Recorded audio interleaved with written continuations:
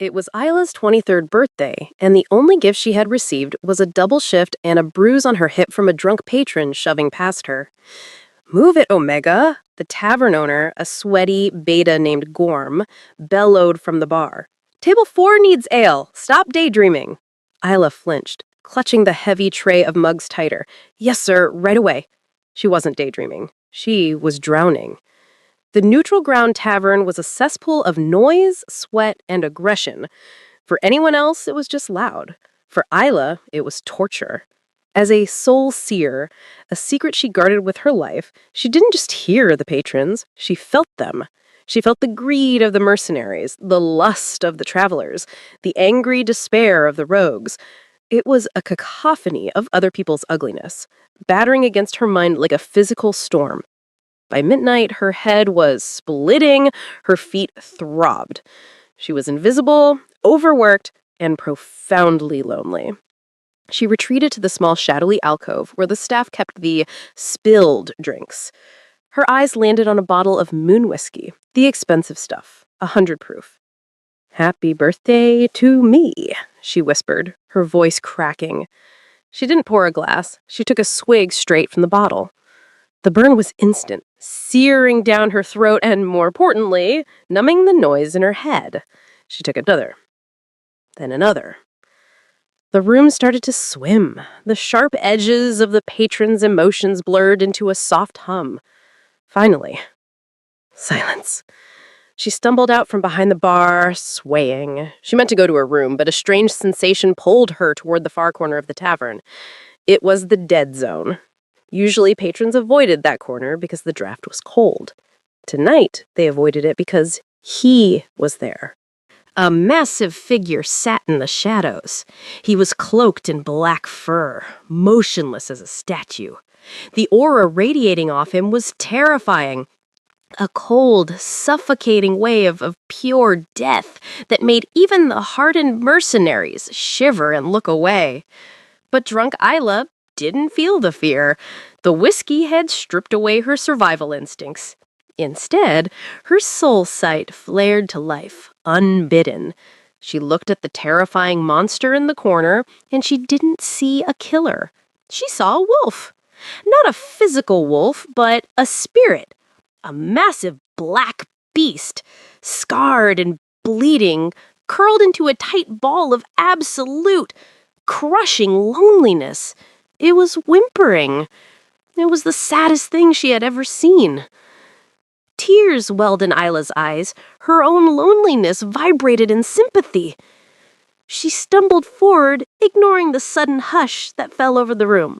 She walked right up to the table where the Blood King sat. He looked up. Beneath the hood, two eyes like burning coals locked onto her. A low, threatening growl started in his chest, a sound that usually heralded a massacre. Isla didn't run. She reached out her small, trembling hand and placed it directly on top of his hooded head. "Ah," she slurred, her heart breaking for him. "Why is such a big, scary wolf crying?" The king froze. The entire tavern froze. Isla leaned in closer, her whiskey-scented breath fanning his face. She scratched him gently behind the ear, right through the hood. "You're just a sad little puppy, aren't you?" she cooed, smiling through her tears. "Who's a good puppy? It's okay. You can rest now." The terrifying tension in the massive figure snapped. The growl died. Isla, overcome by the whiskey and the emotional connection, lost her balance. She slumped forward, collapsing right into the lap of the most feared alpha in history, and passed out cold. Chapter 2. The Hammer and the Void. Isla woke up to the sound of her own heartbeat hammering against her skull. She groaned, pressing the heels of her hands into her eyes. The light streaming through the cracks in her attic shutters felt like physical needles. Her mouth tasted like stale whiskey and regret. "Oh, gods," she whispered, her voice a dry croak. She lay there for a moment, trying to piece together the night before. She remembered the double shift. She remembered Gorm yelling. She remembered the bottle of moon whiskey. After that, nothing.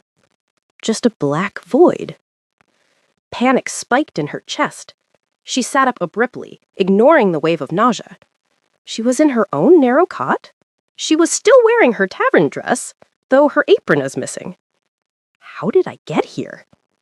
Did she walk? Did Gorm drag her up? She checked her body instinctively. No bruises, no soreness, other than the headache. In fact, she felt strangely rested. For the first time in years, the constant buzzing noise of other people's emotions wasn't screaming in her mind. It was quiet.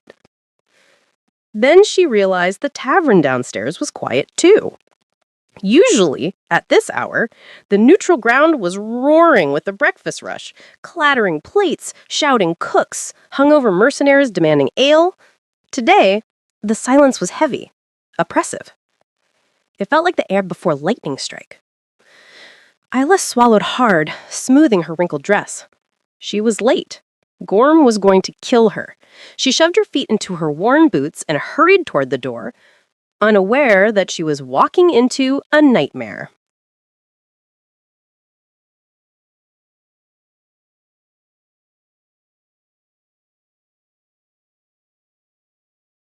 Chapter 3. The Death Guard. Isla crept down the back stairs, rehearsing her apology. "I'm sorry, Gorm. I felt faint. It won't happen again." She pushed open the kitchen door and froze. The cook, a boisterous woman who usually sang while chopping carrots, was pressed against the wall, her face ashen. The scullery maid was hiding under the prep table, shaking. Isla's soul sight, usually dampened by her hangover, flared to life. The air in the tavern wasn't just quiet, it was saturated with terror. Pure, undiluted, primal terror. "Isla," the cook hissed, her eyes wide. "Get back upstairs. Hide." "What? Why?" Isla whispered. "The Death Guard," the cook choked out. "They've surrounded the building. No one leaves." Isla's blood ran cold. The Death Guard were the personal executioners of the Alpha King. They didn't visit taverns. They raised them. Before she could turn back, the swinging doors to the main taproom burst open. Gorm stood there, sweating profusely. "You!" Gorm pointed a shaking finger at Isla. "Get out here, now!" Isla's legs felt like lead. She walked into the main room. It was a sea of black armor. Soldiers with faces hidden behind iron masks lined the walls, their hands resting on the hilts of dark blades. The patrons, hardened criminals and warriors, were kneeling on the floor, heads bowed, not daring to breathe. And in the center of the room, standing amidst the wreckage of overturned tables, was the monster. Chapter 4.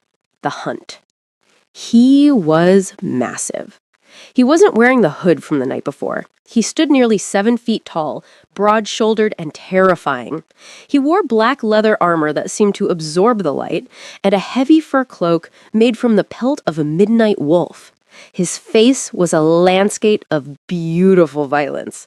High cheekbones, a sharp jaw, and a long, jagged scar running from his temple to his lip.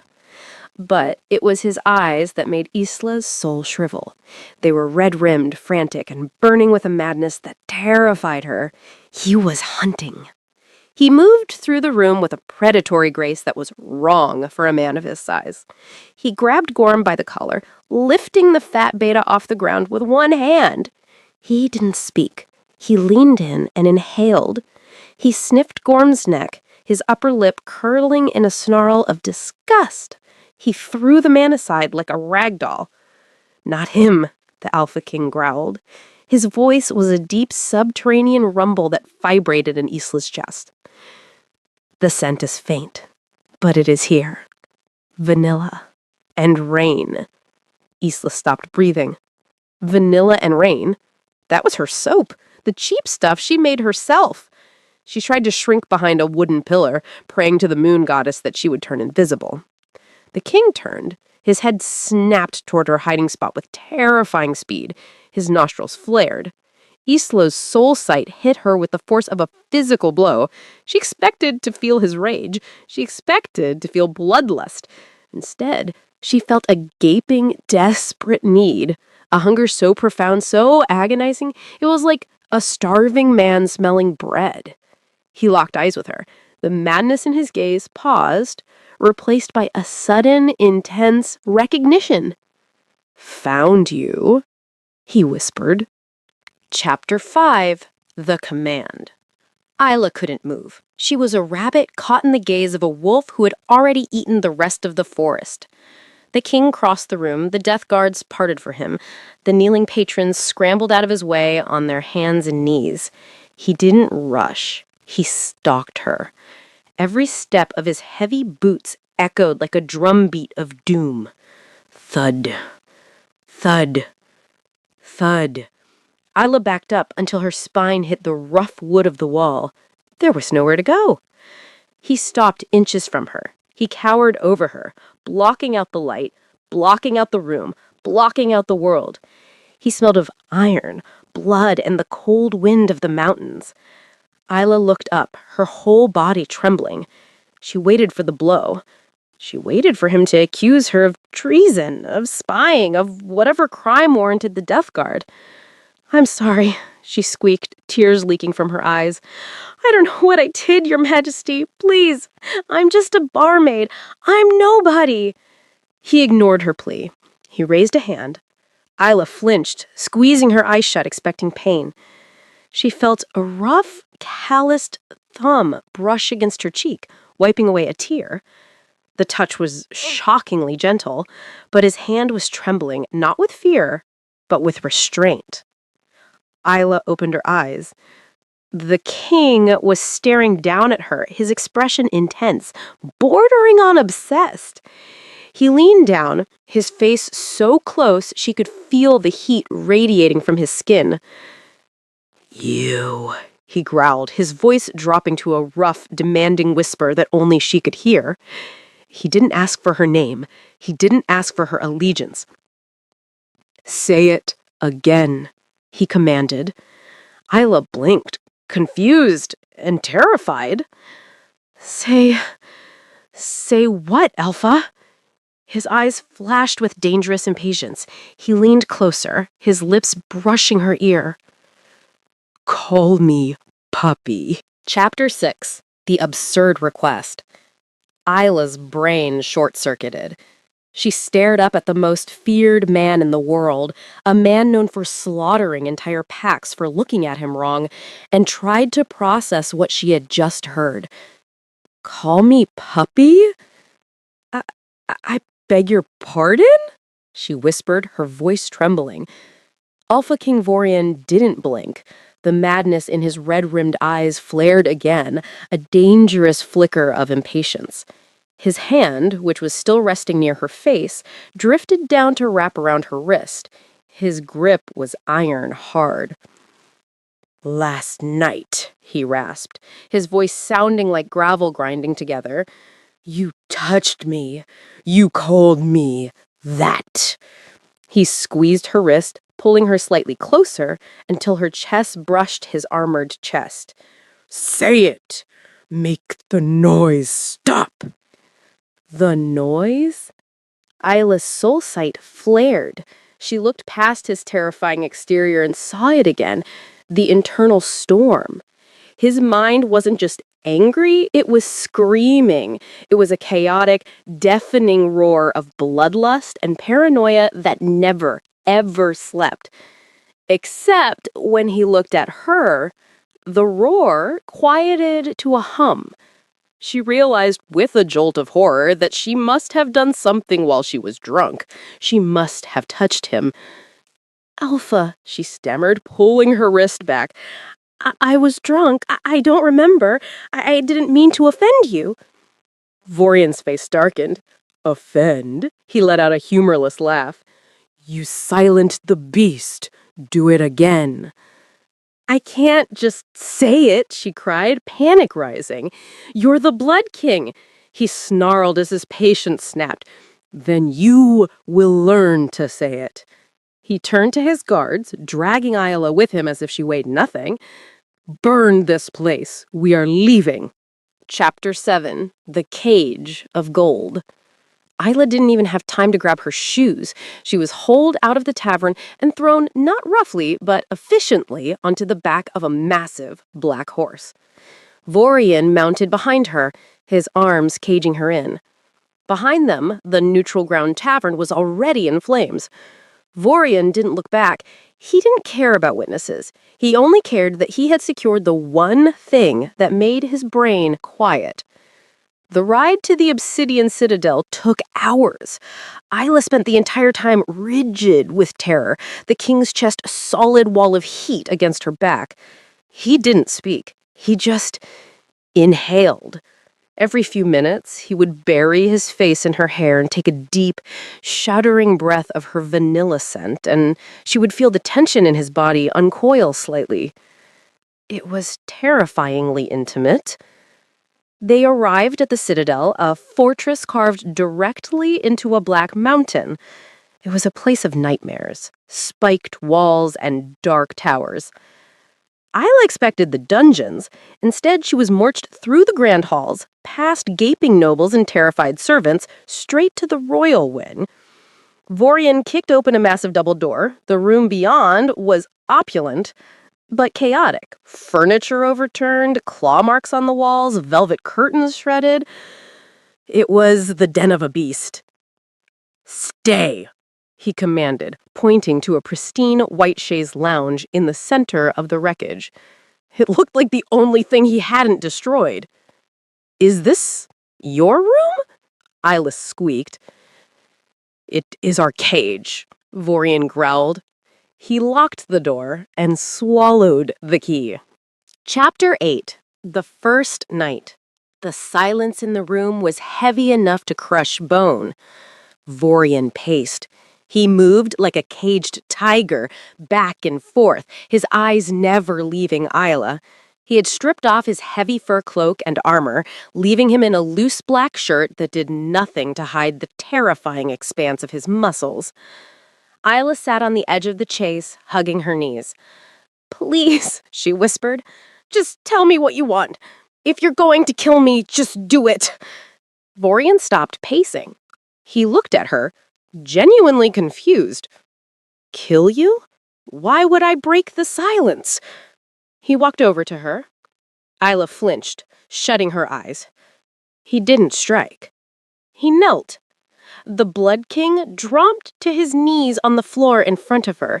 He was still huge, his head level with her chest, even while kneeling.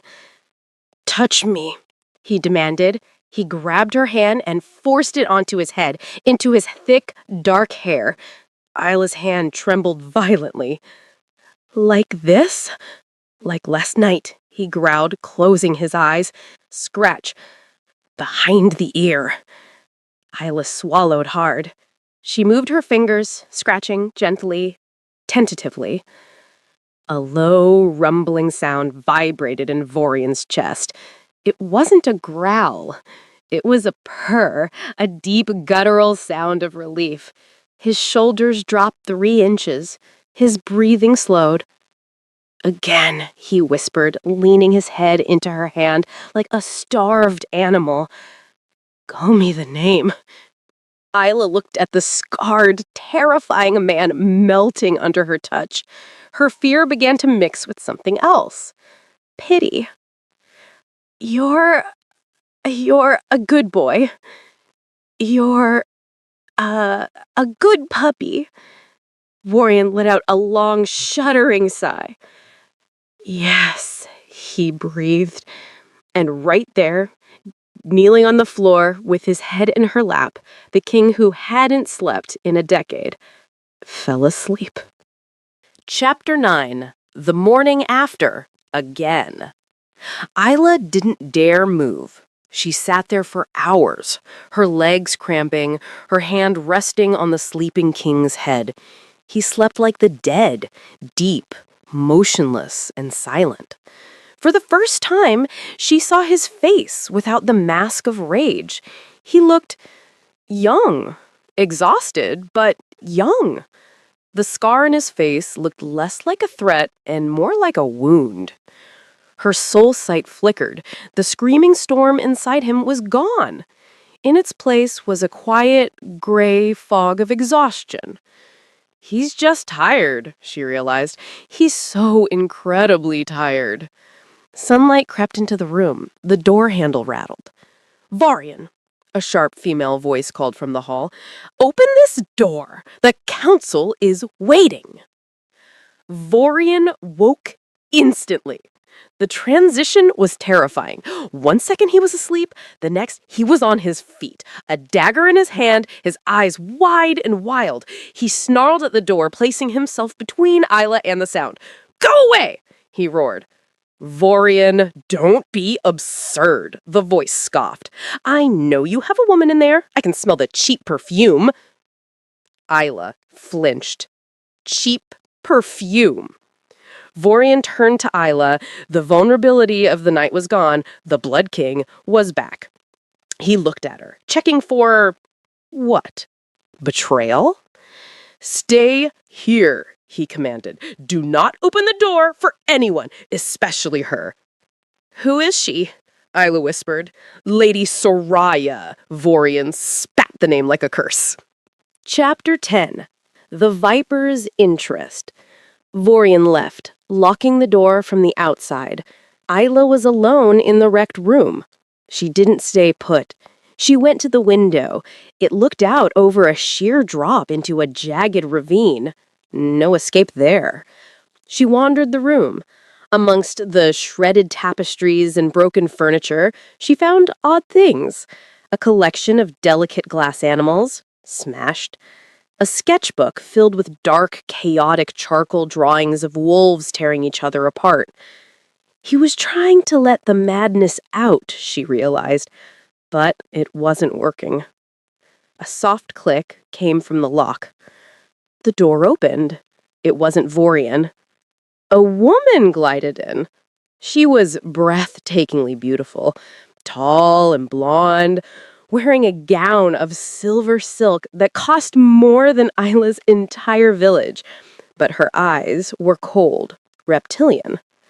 "Lady Soraya." She looked around the wrecked room with a sneer, then her gaze landed on Isla. She looked her up and down, noting the worn dress, the messy hair, the lack of shoes. "So," Soraya drawled, circling Isla, "this is the creature that kept the king in his chambers all night." She stepped closer, sniffing the air. "You smell of fear.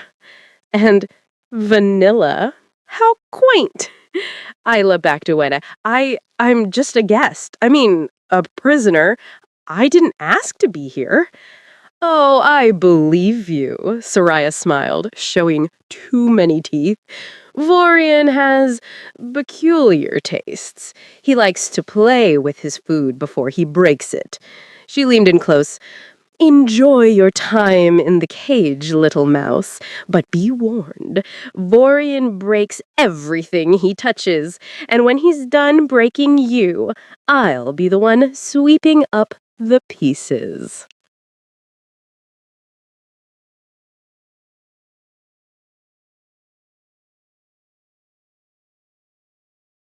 Chapter 11. The Offering. Isla spent the day terrified. Soraya's words, "He breaks everything he touches," echoed in her mind. When Varian returned that evening, he looked worse than before. His armor was spattered with black blood. Rogue blood? And the chaotic noise of his emotions was deafening even from across the room. He slammed the door and leaned against it, breathing hard. He looked at Isla. The madness receded slightly, just at the sight of her. He reached into a pouch at his belt and tossed something onto the chaise lounge. It landed with a heavy, wet thud. "For you," he grunted. Isla crept closer. It was a severed ear. A wolf's ear, with a gold ring still pierced through it. Isla screamed, jumping back. "What is that?" Vorian looked confused. He picked it up. "It's a trophy. The rogue alpha. He insulted you. I killed him." He held it out like a cat presenting a dead mouse. "It is a gift." "I don't want an ear!" Isla cried, clutching her stomach. "That's horrible!" Vorian frowned, looking at the ear, then at her. He seemed genuinely baffled. "Women like gifts. Soraya likes gold. This has gold." "I'm not Soraya," she shouted, her fear momentarily forgotten in the face of his absurdity. I like normal things, like flowers or food or just not being kidnapped." Vorian stared at her. He tossed the ear into the fireplace. "Fine, no ears." He stalked toward her. Isla braced herself, but he just dropped to his knees again, exhausted. "Fix me," he commanded, closing his eyes. "Do the hand thing." Chapter 12. The Soul Seer's Diagnosis. This time, Isla didn't just scratch. She looked. As Vorian settled under her touch, Isla let her soul sight drift deeper. She pushed past the noise of the madness, the surface-level chaos, and looked for the source. It wasn't just insanity. It was a wound. She saw a memory trapped in his aura, a young boy locked in a dark, cold cell. He was alone. He was screaming for help, but no one came. He learned that silence meant safety, and noise meant pain. His wolf had gone mad from isolation, not bloodlust. "You're lonely," Isla whispered, her hand stilling in his hair. Vorian's eyes snapped open. He grabbed her wrist, but not to hurt her. "What did you say?" "The noise in your head," Isla said, her voice trembling but sure. "It's not just rage. It's loneliness. Your wolf is howling because he's been alone in the dark for 20 years. Vorian stared at her, his defenses crumbling. No healer, no witch, no doctor had ever seen that. They all just saw a monster. "How do you know that?" he rasped. "I see it. I'm a soul seer." Vorian should have killed her. Soul seers were dangerous spies. Instead, he pulled her hand back to his head, pressing it there. "Then see this. See that I need you. Don't stop." Chapter 13. The Failed Escape. Days turned into a week. The routine was bizarre. Vorian would leave to rule and terrify his kingdom, then return to Isla to collapse and be soothed. Isla wasn't tortured. She was fed the finest food, no more ears, dressed in soft silks Vorian had awkwardly ordered for her, and given free rein of the royal wing. But she was still a prisoner. One afternoon, while Vorian was in a war council, Isla found a service hatch in the pantry. It was small, but she was small. She shimmied through, dropping into a laundry chute. She landed in a pile of linens in the servants' quarters. Freedom! She grabbed a servant's cloak and kept her head down, rushing toward the courtyard gates. She was 10 feet from the exit when the alarm bells shattered the air. "The anchor is gone! Find her!" Vorian's voice, amplified by magic, boomed over the entire citadel. It wasn't an alert. It was a panic attack broadcast to the city. Guards swarmed. Isla was grabbed immediately. Vorian landed in the courtyard seconds later, having jumped from a tower balcony. He was terrifying, chest heaving, eyes wild, claws fully extended. He ripped Isla from the guard's grip. He didn't hit her. He crushed her into his chest, burying his face in her neck and shaking violently. "Don't leave," he choked out, his voice broken. "The noise came back. It came back instantly. Don't leave me in the noise." Isla stood there, wrapped in the arms of a monster who was shaking like a leaf, and realized she couldn't run. Not because of the guards, but because she was the only medicine he had. Chapter 14: The Flower and the Blade. The next day, Vorian brought another gift. He entered the room cautiously, hiding something behind his back. "You said no ears." He revealed his hand. He was holding a single, crushed, pathetic-looking dandelion. He had clearly ripped it out of the ground, roots and dirt still attached. "It is a flower," he stated proudly. "It was growing in a crack on the battlements. It survived. Like you." Isla looked at the sad weed. Then she looked at the king, who was watching her with the intensity of a man waiting for a verdict on his soul. She laughed. It was a genuine, startled sound.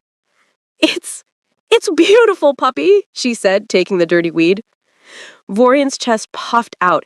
He looked more proud of picking that weed than winning a war.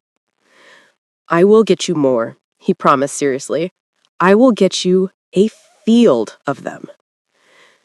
"Just one is fine," she smiled, putting it in a crystal goblet of water. That night, they didn't just sit in silence. Vorian asked her questions. "What is your favorite food? Why do you smell like rain? Who hurt you?" And Isla told him. She told him about the tavern, about being invisible, about the noise of the world. "You are not invisible to me," Vorian said, his voice low. "You are the only thing I see." Chapter 15: The Invitation. The fragile piece was broken by a golden envelope slid under the door. Vorian picked it up and growled. "The solstice ball." "What is it?" Isla asked. "A gathering of the high alphas. Soraya organized it. She knows I hate crowds. She knows the noise makes me feral." He crumpled the invitation. "We aren't going." "If you don't go," Isla said, "won't they think you're weak? Won't they think you've lost control?" Vorian looked at her. "I have lost control. I am hanging by a thread, Isla, and you are the thread." "Then take the thread with you," Isla said, surprising herself. Vorian froze. "You would go, with me, into a pit of vipers who want to kill you." "Better the vipers I can see than the ones hiding in the walls," she said. "Besides, if the noise gets too loud, I'll just scratch behind your ear." Vorian smirked, a real, rare expression that made him look devastatingly handsome. "If you do that in public," he warned, "I might just kill everyone else so I can keep you to myself." "Deal," she said. But as she agreed, she felt a cold spike in her gut. Soraya wouldn't just let them dance. She was planning something. Isla's soul sight could feel the trap closing in, even from here. Chapter 16: The Red Dress. The dress arrived in a box made of black velvet. Isla stared at it. It wasn't the soft pastel silks Vorian had clumsily ordered before. This was a statement. It was a deep, blood-red crimson, cut from a fabric that looked like liquid fire. "He chose it himself," the terrified seamstress whispered, pinning the hem. "He said you were too pale for pastel. He said you needed to look like a heartbeat." When Isla finally stepped out into the royal antechamber, Vorian was waiting. He wore formal, black armor, polished to a mirror shine, a heavy cape of wolf fur draped over one shoulder. He looked like the god of war. He turned and stopped. His eyes scanned her, starting from her bare shoulders, down the fitted bodice that hugged her curves, to the sweeping train of red silk. The air in the room grew heavy, hot. Is it too much? Isla asked, fidgeting. I feel like a target. Vorian crossed the room in 2 strides. He didn't touch her, but he leaned down, inhaling her scent. You are a target, he growled, his voice rough with possessiveness. But wearing this, they will know that to touch you is to bleed. He offered her his arm. It was a stiff, formal gesture, but Isla saw his hand trembling slightly. Stay close, he whispered. If I lose your scent in the crowd, I will burn the hall down to find you. Chapter 17. The Lion's Den. The grand ballroom was a cavernous hall of gold and crystal, filled with the most powerful alphas in the kingdom. The noise was deafening. When the herald announced, "The Alpha King, Vorian Bloodbreaker," the silence was instantaneous. They walked in. The crowd parted like the Red Sea. Isla could feel the waves of terror rolling off the guests with her soul sight. It was suffocating. Fear, judgment, curiosity. Who is the girl? Is she his prisoner? Is she his whore? Isla gripped Vorian's arm tighter, her head spinning from the psychic assault. She stumbled. Vorian stopped. He didn't care about the staring crowd. He turned to her, blocking their view with his massive body. Focus on me, he commanded, his voice low. It's too loud, Isla whispered, pressing a hand to her temple. Their emotions, it's screaming. Vorian did something shocking. He took her hand and placed it over his own heart, right over the black armor. Listen to this. My beast is quiet because you are here. If I can be quiet for you, you can be strong for me. It worked! The steady, slow thrum of his heart, a rhythm she had tamed, grounded her. She looked up at him and smiled. Okay, I'm ready. Vorian looked at her with naked awe. He turned back to the crowd, his glare daring anyone to speak. Then let us dance. Chapter 18. The Public Claim. They moved to the center of the floor. Vorian didn't know how to waltz. He knew how to prowl. But he let Isla guide him, his massive hands surprisingly gentle on her waist. They were the only ones dancing. The court watched in stunned silence. The monster was gentle.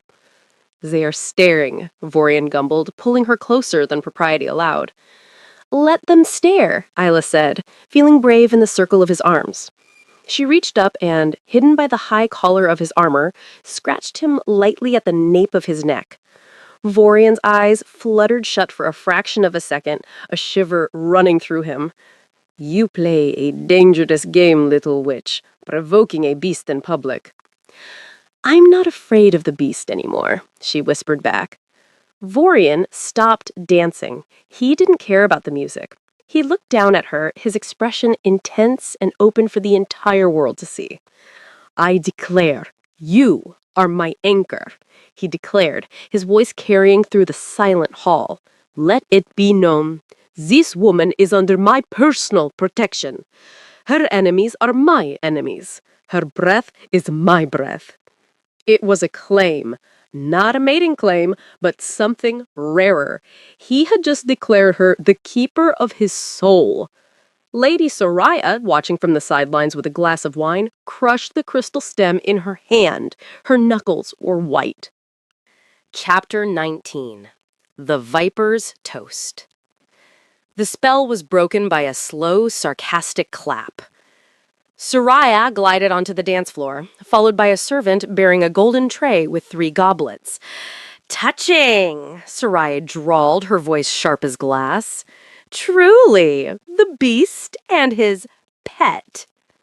Vorian growled, stepping in front of Isla. Leave, Soraya, before I remove your head. Come now, Vorian, Soraya smiled, though her eyes were dead. I come to make peace. I see now that she soothes you. For the good of the kingdom, I accept her. She picked up a goblet. A toast to the king's anchor and to her colorful history. She looked at Isla. Tell me, my dear, does the king know who your father was? Or did you forget to mention that you are the daughter of Cassius the Betrayer? Isla froze. Her blood ran cold. It was a secret she had buried deep. Her father had led a failed coup years ago. Vorian stiffened. Is this true? He looked at Isla. I didn't know him, Isla stammered. He died when I was a baby. I'm not him, Vorian, please. Blood tells, my dear. But no matter. Let us bury the past. She picked up a goblet. A toast to the king's anchor and to her colorful history. Tell me, my dear, does the king know who your father was? Or did you forget to mention that you are the daughter of Cassius the Betrayer? Isla froze. Her blood ran cold. It was a secret she had buried deep. Her father had led a failed coup years ago. Vorian stiffened. Is this true? He looked at Isla. I didn't know him. He died when I was a baby. I'm not him, Vorian, please. Soraya laughed. Blood tells, my dear. But no matter. Let us bury the past. She handed a goblet to Vorian and one to Isla. To new beginnings. Vorian hesitated. He looked at Isla's terrified face. He saw her fear, but his soul sight wasn't like hers. He couldn't see the truth. But he wanted to trust her. He took the goblet. To the truth, he said, and drank. Chapter 20, The Poisoned Mind. It wasn't a poison that stopped the heart. It was a poison that broke the mind. Specifically, it was Nightshade Frenzy, a banned substance that tore down mental shields and drove alphas into instant paranoid psychosis. The glass slipped from Vorian's hand, shattering on the floor. Vorian? Isla reached for him. He roared. It was a sound of pure, unadulterated agony. He fell to his knees, clutching his head. The noise, the screaming madness Isla had kept at bay, came rushing back 1,000 times louder, amplified by the drug. The noise! He screamed, clawing at the floor. Make it stop! Vorian, look at me, Isla cried. He kneeled beside him. She tried to touch him, to use her gift. He shoved her away with a force that sent her sliding across the polished floor. He looked at her, but his eyes were no longer his own. The pupils were blown wide, consumed by black. He didn't see Isla. He saw a traitor. He saw a threat. She poisoned him, Soraya shrieked, pointing a shaking finger at Isla. I saw her! She spiked his cup! The traitor's daughter has come to finish her father's work. No, Isla screamed. Vorian, please, it's me! It's Puppy! Vorian stood up. He was hyperventilating, the madness consuming him. He looked at the woman he loved, and the paranoia whispered that she was the source of the pain. She lied. She's the enemy. Kill her. He drew his sword. The sound of steel ringing filled the hall. You, he snarled, not at Soraya, but at Isla. You tricked me. He raised the blade. Isla didn't move. She looked at him with tears streaming down her face, her heart breaking not for her life, but for his. I love you, she whispered. Vorian hesitated, the blade shaking in the air. The tiny fragment of him that was still Puppy fought the monster. He couldn't kill her, but he couldn't be near her. Get her out of my sight, he roared, the sound tearing his throat. Banish her to the rogue lands. If I see her again, I will tear her apart. The guards grabbed Isla. She was dragged away, screaming his name as the Blood King collapsed into the madness, lost to the dark once more. Chapter 21, The Wasteland. The carriage door opened and Isla was shoved out into the mud. By order of the king, the captain of the guards said, his voice muffled by his helmet. He didn't look at her. He threw a small pack of supplies at her feet, a loaf of bread, a water skin, and a small knife. You are banished to the Roguelands. If you cross the border again, you die. The carriage rattled away, leaving her in the silence of the dead. The Roguelands were a nightmare landscape of twisted trees and gray fog. It smelled of rot and desperation. Idla stood up, wiping the mud from her ruined red dress, the heartbeat dress Vorian had chosen. Now it was just a target. She shivered, wrapping her arms around herself. She should hate him. He had thrown her away. He had believed the lie. But her soul sight, even here, was still connected to him by a thin, agonizing thread. She could feel the echo of his pain. He hadn't banished her because he hated her. He had banished her because the monster in his head told her she was the source of the noise. "You stupid, broken puppy," she whispered to the empty forest. A twig snapped behind her. Isla spun around, ripping the small knife. 3 pairs of yellow eyes glowed in the fog. Rogues, starving feral wolves who didn't care about titles or innocence. Isla was an Omega. She couldn't fight. But as they circled her, she realized she didn't have to fight with claws. She closed her eyes and opened her mind. She didn't block the noise. She weaponized it. Chapter 22. The Mad King's Cage. Back at the Citadel, the silence was gone. Vorian was tearing the royal wing apart. The poison had burned away the last of his restraint. He was a hurricane of black fur and steel. He shredded the silk curtains because they smelled like vanilla. He smashed the furniture because it reminded him of her. He roared until his throat bled, trying to drown out the screaming voices in his head. "Where is she?" he howled, smashing a mirror. "Where is the quiet?" Lady Soraya stood in the doorway, flanked by a dozen guards. She looked pale. She had wanted him pliable. She hadn't realized that by removing Isla, she was uncaging a natural disaster. "She is gone, Vorian," Soraya said, her voice trembling slightly. "The traitor is gone. You are safe." Vorian stopped. He turned to her. His eyes were completely black, void of humanity. "Safe," he rasped. He lunged. He didn't shift. He just moved with supernatural speed. He slammed Soraya against the stone wall, his hand crushing her throat.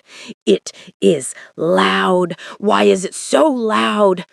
Soraya gasped, clawing at his hand. You need rest. Let me call the healers." He threw her to the ground. "Get out," he snarled, pacing like a trapped animal. "Get out before I eat your heart just to hear the silence."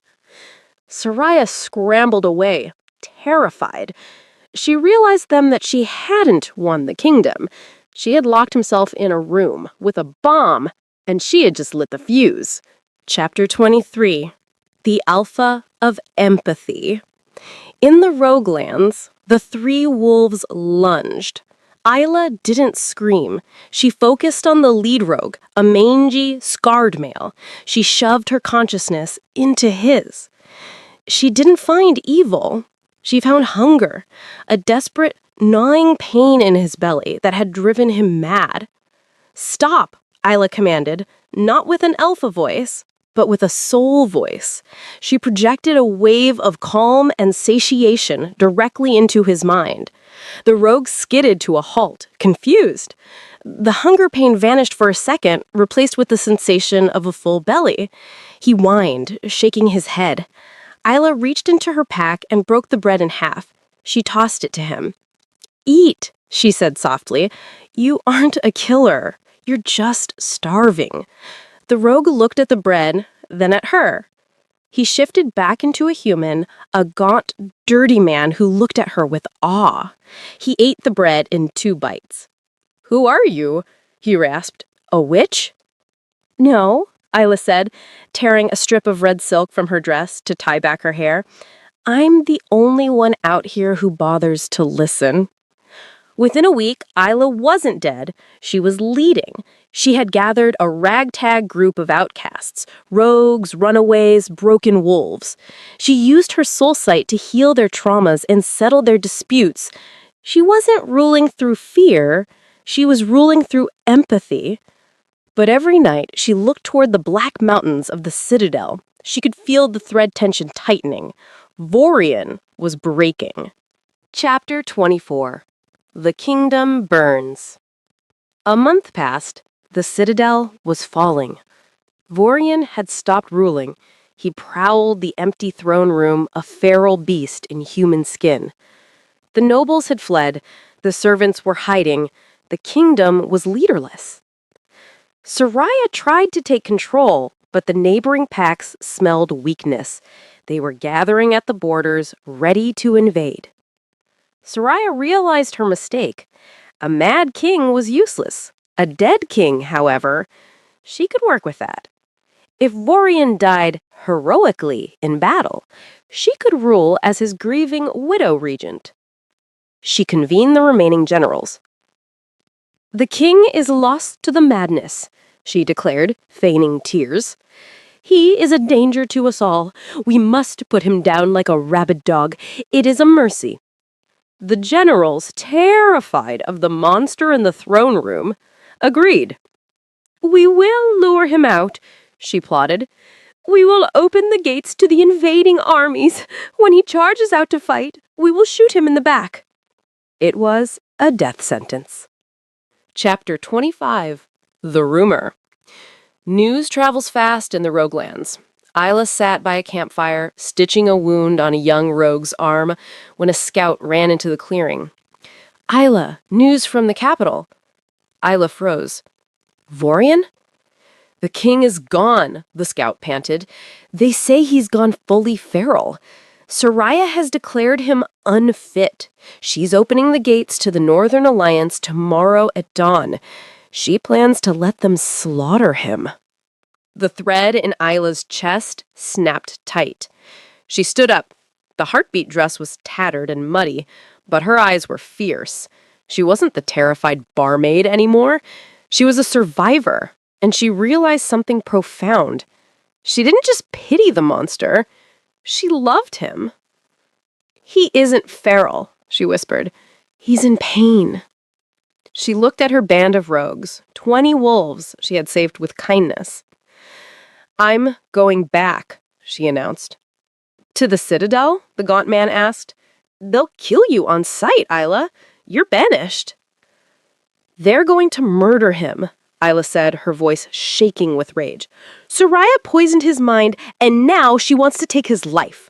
I won't let her." "He banished you," the rogue reminded her gently. "He nearly killed you." "He was sick," she said firmly. "And I am the cure." She grabbed a discarded iron sword. It was heavy, clumsy in her hand. "I'm going to get my puppy back. Who's with me?" The rogues looked at each other. They looked at the small Omega woman who had fed them when the world spat on them. One by one, they stood up. Chapter 26. The Open Gate. Dawn broke over the obsidian citadel with the color of fresh blood. Lady Soraya stood on the high ramparts, wrapped in white fur, watching the horizon. Below, the massive iron gates that had held for centuries, were slowly creaking open. "It is done," she whispered to her general. "The Northern Alliance is approaching. When they breach the courtyard, release the king." It was a perfect setup. The invading army would flood in. Vorian, driven mad by the withdrawal of the poison and his own broken mind, would charge out to slaughter them. In the chaos, Soraya's archers, positioned on the roofs, would fill the mad king with arrows. She would be the grieving widow who saved the kingdom from a feral beast and a foreign invasion in one stroke. "Release the beast," she commanded.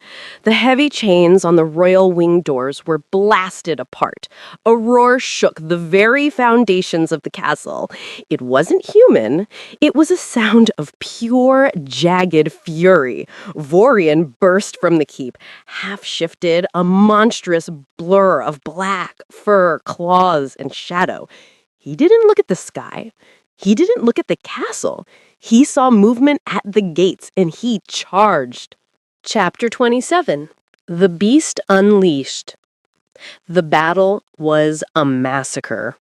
The Northern Alliance soldiers, thinking they were marching into a surrendered city, found themselves face to face with a nightmare. Vorian was a blur of death. He tore through armor like paper. He moved faster than the eye could follow. But he had no strategy. He had no allies. He killed the invaders, but he also killed his own guards who got too close. High above, Soraya smiled. Perfect. Look at him. He is a rabid dog. She raised her hand to signal the archers. Wait until he is surrounded, then end him. On the battlefield, Vorian felt nothing. The noise in his head was a white-hot scream. Every heartbeat was agony. He killed to try and silence the world. He didn't remember his name. He didn't remember his kingdom. He only knew that everything hurt, and he wanted it to stop. He was alone in a sea of enemies, bleeding from a dozen wounds he didn't feel, fighting a war he didn't understand. Chapter 28. The Ragtag Army. "Hold fire!" Soraya shouted, hesitating.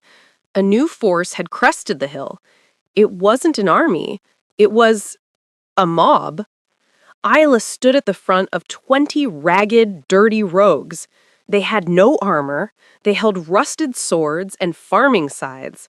But they moved with a terrifying unity. Isla saw the battlefield. She saw the carnage.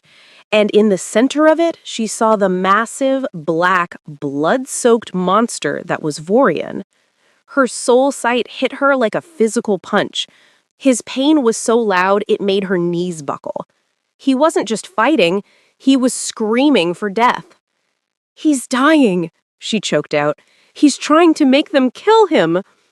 "Isla, we can't get through that," the gaunt rogue said, eyeing the battle. "We don't have to win," Isla said, gripping her rusty sword, though her hands shook. "We just have to make a path." She raised her voice. "For the king!" It was ridiculous. 20 rogues against an army. But they charged. They fought not with skill, but with the desperation of wolves who finally had something to protect. They cut a narrow, bloody wedge into the chaos, aiming straight for the center. Chapter 29. The Walk of Death. Isla broke through the line. She was now in the kill zone, a circle of empty space around Vorian where no soldier dared to step, because to step there was to die. Vorian stood in the center, panting heavily, blood dripping from his claws. He was huge, terrifying, and utterly lost. "Shoot her!" Soraya screamed from the ramparts. "Shoot the beast! Shoot the girl!" Arrows rained down. Isla didn't flinch. She didn't look up. She kept her eyes locked on Vorian. He spun around, sensing movement. He roared, crouching to spring. He saw a figure in a tattered red dress. To his madness, she was just another enemy, another source of noise. He snarled, his lips peeling back to reveal fangs. He prepared to tear her throat out. The entire battlefield went silent. The northern soldiers watched in horror. Soraya watched with glee. Isla dropped her sword. It clattered loudly on the stones. She walked forward. 1 step. 2 steps. "He's going to kill her," a soldier whispered. Vorian lunged. He stopped inches from her, his claws raised, his breath hot and smelling of copper. He was vibrating with the need to kill. Isla didn't cower. She didn't run. She reached up with her small, dirty hand. Chapter 30. Down, puppy. Vorian flinched as if she had struck him. He expected a blow. He expected a weapon. Instead, he felt a small, warm hand land gently on top of his blood-matted hair. The touch sent a shockwave through him. It cut through the red haze. It cut through the poison. It was a grounding wire, connecting him back to the earth. Isla looked into his wild, black eyes. She poured every ounce of her soul sight into him. Not fear, not anger, but pure, overwhelming love. "Vorian," she whispered, her voice cutting through the screaming noise in his head like a bell. His claws hovered near her neck. He trembled, fighting the command to kill. Isla stepped closer, pressing her body against his armored chest, hugging the monster. She scratched him gently right behind the ear. "It's okay," she sobbed, tears streaming down her face. "I'm here. The noise is gone." She looked up at him. "Down, puppy." The command broke him. The black faded from his eyes, replaced by a stunning, heartbreaking gray. Recognition flooded in. He looked at the woman in his arms, the woman he had banished, the woman who had walked through hell to find him. A sound tore from his throat, not a roar, but a sob. The Blood King collapsed. He fell to his knees, wrapping his massive arms around Isla, burying his face in her stomach, and wept. He cried like a child, loud and broken, right there on the battlefield. "I thought I lost you," he choked out. "It was so loud. It was so loud." "I know," Isla whispered, holding him tight as the armies watched in stunned silence. "I know, but I've got you now." Chapter 31. The Shield. The battlefield remained frozen in a stunned silence. Thousands of soldiers watched the Blood King, the monster of legends, weeping in the arms of a woman in a tattered red dress. Up on the ramparts, the spell broke. Lady Soraya realized her narrative was crumbling. If Vorian lived, she was dead. "Archers!" she shrieked, her voice cracking with panic. "Don't just stand there. He is bewitched. Kill the witch, kill the beast. Fire!" The command echoed over the stone walls. A dozen loyal archers hesitated, then raised their bows. Vorian heard the creak of the bowstrings. The transformation was instantaneous. The weeping child vanished. The Alpha King returned. He didn't run. He didn't dodge. He stood up, sweeping Isla behind him with one massive arm. He expanded his aura, not the chaotic, screaming noise of madness, but a controlled, suffocating wall of protection. He roared. It wasn't a sound of pain this time. It was a command, a physical shockwave that vibrated the very stones of the castle. "I dare you!" The sheer power of his voice shattered the windows of the watchtower. The archers on the roof dropped their bows, clutching their ears, paralyzed by the weight of a true elf's dominance. Vorian stood tall, blood-soaked, and terrifying, shielding his mate. He looked up at Soraya, his eyes clearing to a lethal, icy gray. "I missed," he growled, low and deadly. Chapter 32. The True Enemy. Vorian turned his gaze to the Northern Alliance army. The opposing general sat on his horse, looking uncertain. He had come to fight a mad dog, not a king who could shatter glass with his voice. "General Kaelin," Vorian bellowed. "You came to slaughter a madman. Do I look mad to you?" He took a step forward, his hand firmly gripping Isla's. "My gates were opened," Vorian shouted, his voice carrying across the plains. "My madness was fueled by poison, and the woman who invited you in stands on that wall." He pointed a clawed finger at Soraya. "I offer you a choice, General. You can fight me, sane, focused, and protecting my mate, and die." Vorian's eyes flashed. "Or you can watch me clean my own house." The Northern General looked at the terrifying king, then at the trembling woman on the ramparts. He sheathed his sword. "We have no quarrel with a sane king," the general called back. "The Northern Alliance withdraws." Vorian nodded once. He turned back to the castle. He picked Isla up, cradling her against his chest as if she were made of glass. "Close your eyes, puppy. I have to be the monster one last time." Chapter 33. The Viper's End. Vorian didn't use the door. He kicked the main gates off their hinges. He stormed through the castle, carrying Isla. Servants fled. Guards threw down their weapons and knelt, pressing their foreheads to the floor. They could smell the difference. The chaos was gone. The king was back. He reached the throne room. Soraya was there, frantically trying to stuff gold into a sack. She looked up, terror draining the blood from her face. "Vorian," she stammered, backing toward the rear exit. I did it for the kingdom. You were sick. I was trying to save us."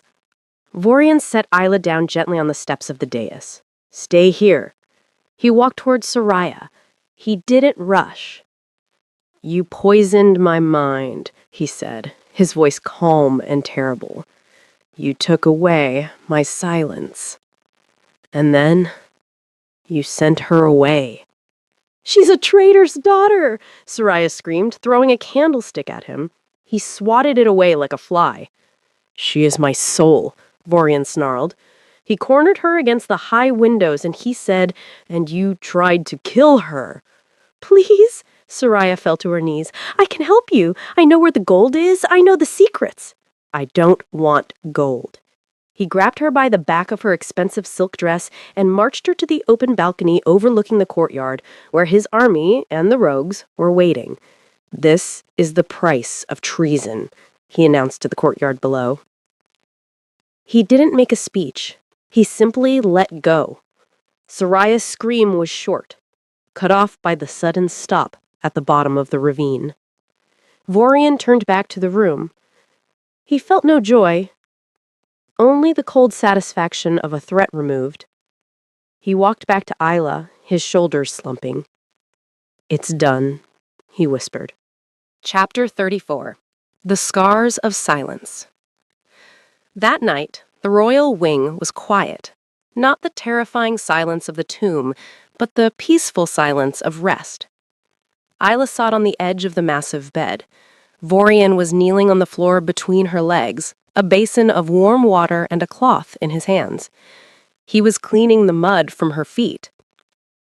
"I hurt you," he said, his voice rough. He wasn't looking at her. He was staring at the bruises on her ankles from where the guards had dragged her away weeks ago. "You were sick, Vorian," Isla said softly, reaching out to touch his hair. He flinched away. "I banished you. I sent you to the Roguelands to die. I believed her over you." He looked up, his eyes haunted. "How can you look at me without hating me? I am a monster. I proved it."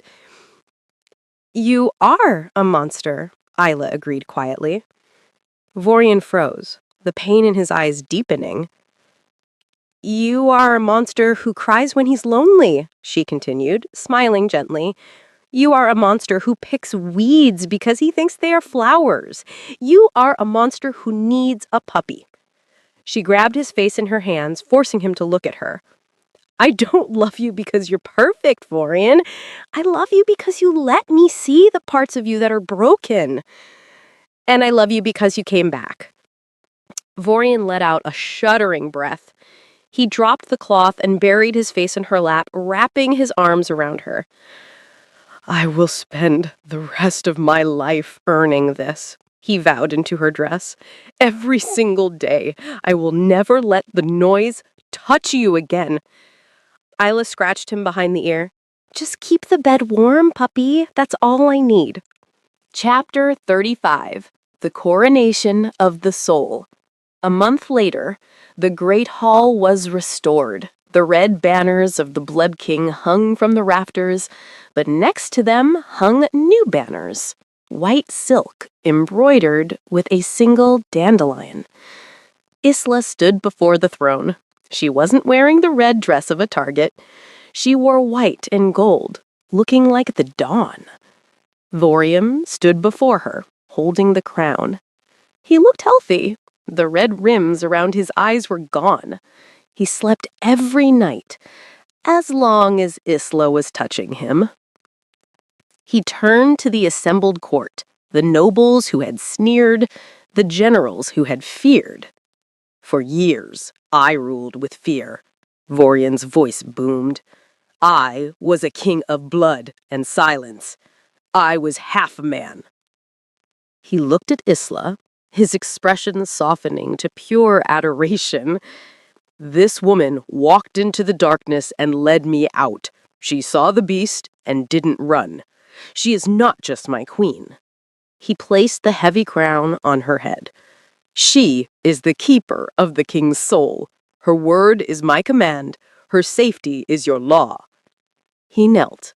In front of the entire kingdom, the Alpha King went down on one knee and kissed her hand. "Long live Queen Isla!" the court roared. Isla smiled, squeezing his hand. As the cheers washed over them, she leaned down and whispered so only he could hear. "Get up, puppy. You have a kingdom to rule." Vorian grinned, standing tall. "Yes, mistress." The monster was gone. The king remained, and he finally had his peace. Chapter 36. The King in the Garden. Peace was harder than war. Vorian sat in the newly planted royal gardens, glaring at a rosebush as if it were an enemy combatant. He held a pair of gardening shears awkwardly in his massive, clawed hand. "It's just pruning, Vorian," Isla called out from the picnic blanket a few feet away. She was reading a book, looking relaxed and radiant in a simple yellow dress. "It has thorns," Vorian grumbled, snipping a branch with unnecessary violence. "It drew blood. I should burn it." "If you burn my roses, you sleep on the couch," Isla sang out without looking up. Vorian froze. The most feared alpha in history, the breaker of armies, looked terrified at the prospect of the couch. He lowered the shears. "I will negotiate with the bush." It had been a year since the battle. The citadel wasn't dark anymore. Isla had filled it with light, noise, and life. The Death Guard now spent half their time escorting supply wagons to the Roglans, which Isla had officially annexed as a protected territory. But Vorian was still Vorian. He was possessive, intense, and shadowed. He still checked the locks 3 times a night. He still growled at ambassadors who looked at Isla too long. He walked over to the blanket and flopped down, resting his head in her lap. He closed his eyes, inhaling her scent. The tension drained out of him instantly. "The noise is loud today," he whispered, admitting the struggle he still fought. Isla put down her book. She ran her fingers through his hair, finding the spot behind his ear. "I know, but you're doing good, puppy. You didn't kill the rosebush." "I wanted to," he mumbled. "I know. You're a very brave boy." Vorian sighed, contented. He didn't care that the royal gardener was watching in shock. He was home. Chapter 37. The Little Wolf. 6 months later, Vorian was pacing again. This time, it wasn't madness. It was panic. Isla had fainted during the morning court session. Vorian had nearly destroyed the throne, carrying her to the healer. Now, the healer, an elderly woman who had known Vorian since he was a boy, stepped out of the bedroom. "Well," Vorian barked, his claws extending, "is it poison? Is it magic? Who do I need to kill?" The healer smiled, a rare, crinkled expression. "Put your claws away, Majesty. You cannot kill nature." Isla called from the bed. "Vorian, come here." He rushed to her side, falling to his knees. Isla, tell me, I will fix it, whatever it is. Isla took his large, scarred hand and placed it on her stomach. She looked at him with tears in her eyes, happy tears. You can't fix this, puppy, but you're going to have to protect it. Vorian froze. He looked at his hand. He looked at her stomach. He looked at her eyes. A pup? He choked out. A pup, she nodded. Vorian went pale. He pulled his hand away, as if burned. No, Isla, my blood, my mind, the madness. What if I pass it on? What if he is a monster like me? Vorian, Isla said firmly, grabbing his face, you aren't a monster. You were lonely. This baby won't be lonely. He will have a mother who loves him, and he will have a father who would burn the world to keep him safe. She smiled. Besides, if he gets grumpy, I'll just scratch him behind the ears. Vorian let out a shuddering breath. He pressed his forehead against her stomach. The Blood King began to weep, soft, happy tears. I will protect him, he vowed to the unborn life.